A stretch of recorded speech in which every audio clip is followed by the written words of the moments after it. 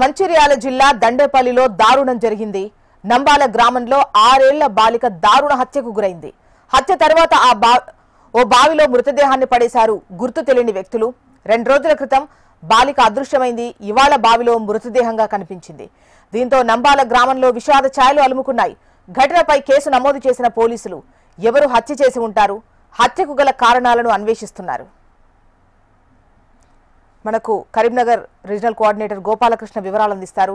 గోపాలకృష్ణ, నంబాల గ్రామంలో 2 రోజుల క్రితం అదృశ్యమైన 6 ఏళ్ల మహాన్విత అనేటువంటి బాలిక ఈ రోజు బావిలో శవమై తేలింది. తనను పూర్తిగా రాయితో కొట్టి బండరాయికి ముడివేసి బావిలో పడేసినట్టుగా అయితే పోలీసులు అనుమానిస్తూ ఉన్నారు. ప్రస్తుతం పోస్ట్ మార్టం కోసం మృతదేహాన్ని ప్రభుత్వ ఆసుపత్రికి తరలించారు.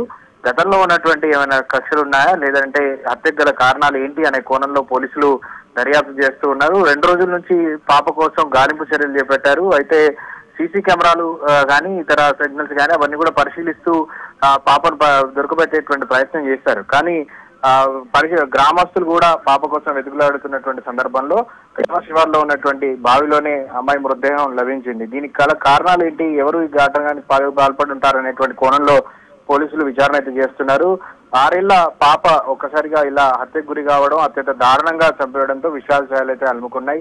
దీనికి కారణమైన వారిని శిక్షించాలంటూ స్థానికులు డిమాండ్ చేస్తా ఉన్నారు. రైట్ గోపాలకృష్ణ.